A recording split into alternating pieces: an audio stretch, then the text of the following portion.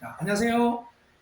자, 단박에 꿰뚫는 영문법 3강을 시작합니다. 자, 일단 먼저 이미 우리가 앞서 소개했던 문장인데 이 문장을 통해서 동사에 대한 모든 내용을 한꺼번에 우리가 한번 핵심을 정리 딱 해보자 이겁니다. 그러면 자, 주어 다음에 있는 이 동사와의 특징과 그 다음에 나오는 준동사의 하나인 부정사, 물론 이제 기본적인 원리는 부정사를 잘 알면 동명사나 분사도 마찬가지다 이런 전제에서 시작하는 겁니다. 그럼 자, 이제 먼저 주어 다음에 있는 이 동사는 어떤 특징이 있을까요? 항상 형식을 나타내는 특징이 있죠. 100%입니다. 좀 더 오차가 없습니다. 부정사에도 형식이 무조건 있다는 걸 기억하세요. 우리가 이 문장 속에는 이 형식의 문장이 들어있다. 이걸 알면서도 여기는 형식이 없다고 살 수 있습니까? 절대로 아니죠. 이 속에도 또 주체가 같은 주체구나 하는 사실을 이미 얘기했고 형식이 항상 있는 겁니다. 그 내용에 따라서 자, 두 번째는요.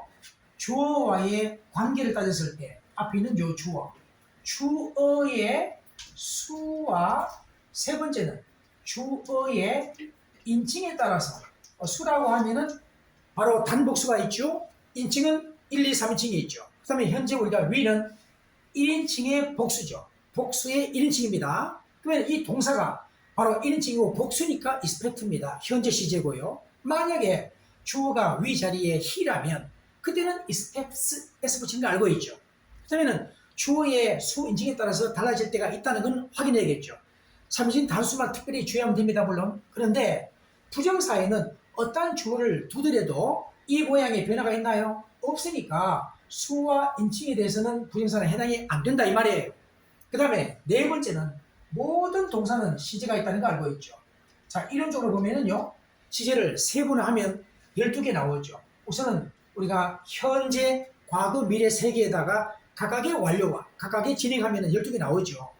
자, 물론 이제 현재와 현재 완료를 정확하게 알면 나머지는 제절로 다 이해되게 되어 있습니다. 너무 예민할 건 없어요. 그런데 네 번째, 부정사에도 시제가 있다 없다? 시제가 있다. 있는데 굉장히 단순합니다. 그래서 두 개가 전부인데요. 첫 번째, 단순형이라는 형태가 있고 두 번째는 완료형이라는 게 있다. 그러면 자, 단순형은 현재 우리가 보고 있는 것처럼 to 다음에 동사 원형만 붙이면 단순형이에요. 그런데 이 문장은 아니지만 다른 어떤 특수 경우에는 to have succeeded 이런 말이 필요할 때가 있습니다. 그때는 완료형이라는 거예요. 두 가지 시제 모양이 있다는 걸 꼭 기억하세요. 동명사와 분사도 항상 단순형, 완료형 두 가지가 있다는 걸 꼭 기억하세요. 자, 이제 다섯 번째도 정말 중요한데요. 바로 우리말로 법이라 하죠. 법은 영어로는 mood라는 걸 기억하세요. 그래야 쉽습니다. mood는 기분, 분위기죠.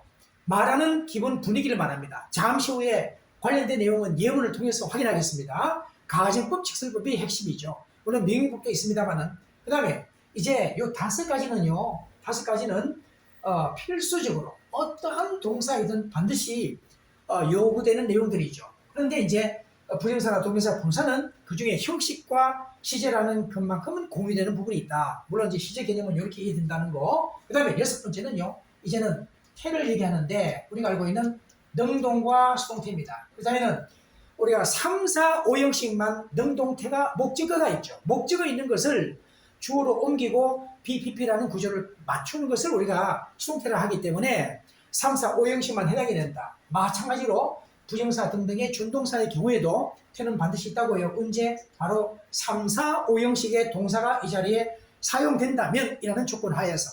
그러면 이제 마지막으로 일곱 번째는 조동사의 존재가 뭐냐 할 때 여기서 조동사는 시제를 다양하게 분류해서 나타내야 되니까 또 법을 또 구분해서 나타내다 보면은 조동사가 도와줌이 필요하다는 거죠. 이렇게 해서 이것은 선택적으로 필요할 때가 있다는 얘기고 이건 필수 대상이다. 그러면 이런 내용을 가지고 이제 몇 가지의 예문을 통해서 확인하도록 하겠습니다. 자, 먼저 이 문장의 내용을 지금 확인한 내용입니다. 여기서 이렇게 1번, 4번, 6번을 표시한 것은요. 준동사인 부정사, 동명사, 분사에도 해당되는 사항이라는 걸 알려드리기 위함입니다. 그 다음에 이제 시제에서 총 12개인데 각각의 시제와 또 진행 시제, 여기는 진행 시제를 적지는 않았습니다. 이때는 it will have been raining 이렇게 가겠죠. 뭐 그런 건 생략하고요.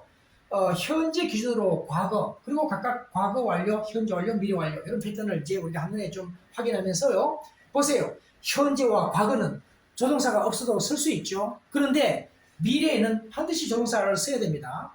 미래 완료는 미래를 나타내는 조동사와 완료를 말하는 have의 조동사를 반드시 써야 돼요. 두 개의 조동사가 필요하다는 얘기입니다. 현재 완료에 시제 조동사 has나 have가 반드시 필요하고 과거 완료는 반드시 had가 필요하다. 그만큼 많은 조동사들이 있어야만 여러 가지 시제를 구분할 수 있다. 그만큼은 꼭 기억을 하고요. 그 다음에 이제 법인데 가령 가정법 과거의 대표적인 사례를 보면은 내가 새라면 너에게 날아갈 수 있을 텐데 실제는 내가 새가 아니죠. 날아갈 수가 없죠. 그러면은 as I am not a bird, I can't fly to you죠. 원래는. 그러면 그것은 직설법이죠. 실제 사실이니까. 그때는 am, 현재, 그리고 can, 현재죠. 그런데 여기서는 뭐다? 모양상은 과거인데 실제 과거가 아니라 가정법이라는 약속하에 분위기를 달리 해볼 뿐이지 시점은 이것도 현재라는 걸 알아야 됩니다. 현재 사실의 반대를 말할 때 분위기상은 실제 사실보다는 좀 더 분위기가 상대방 듣기에 좋죠. 낭만적이죠. 상대방의 마음을 더 감동합니다. 그런 논리 때문에 여러분 흔히 이 내용을 암기할 때 보니까 너무 답답해요. 왜? 이건 뭐 공손, 정중하다 이런 말을 하는데 그런 말 할 필요가 사실 없는데 왜냐면은 가정법이기 때문입니다. 이 내용은 이 부제들이 생략된 것인데 괜찮으시다면 누가 되지 않는다면 도와줄 수 있나요? 이런 내용이에요. 만약에 can you help me만 하게 된다면 그런 배경 전혀 없이 도와줄 수 있겠는가만 말하니까 거절하기가 십상이겠죠. 바로 상대방의 마음을 감동시키고 움직이고 내가 좀 더 실질적인 도움을 받기 위해서는 정중 공손할 수밖에 없는 상황이 가정법에서 하는 역할이 상당 부분 거기 있다는 얘기입니다. 이런 논리를 우리가 쉽게 이해할 수 있다는 얘기입니다. 무조건 암기식으로 접근하지 말아달라. 이런 걸 좀 강조하고 싶어요. 자, 일단 가정법에는 세세한 내용을 다 하는 게 목적이 아니라 법이라는 게 바로 mood, 분위기의 전환을 위한 것이다. 요거만큼 꼭 기억하세요. 자, 중요합니다. 그 다음에 자 이제 텐데 태도 우리가 활용했던 문장을 통해서 한번 확인해보자는 취지입니다. 여기서는 좀 더 복잡해 보이지만 별거 아닙니다. 대절 전체가 목적어니까 목적어를 주어로 옮기는 과정이 수동태다. 그렇다면은 이 쭉 쓰고 난 다음에 is expected 다음에 by us가 있겠는데 일반적인 주체일 때는 by 다음에 일반적인 주체를 목적으로 옮기되 그걸 생략하는 게 보통이니까 생략한 걸로 하고요.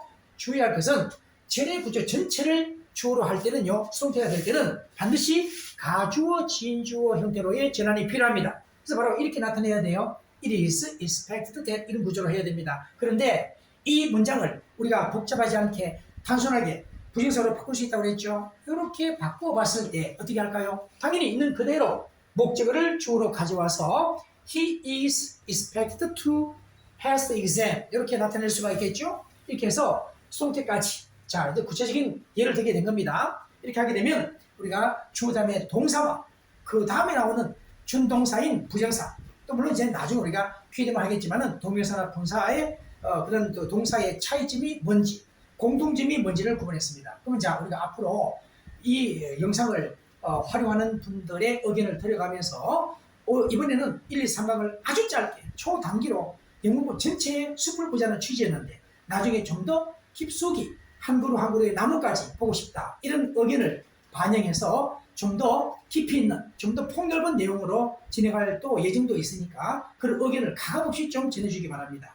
자 이번 1, 2, 3강 큰 도움이 되기를 바랍니다. 수고 많았습니다. 친감이 감사합니다.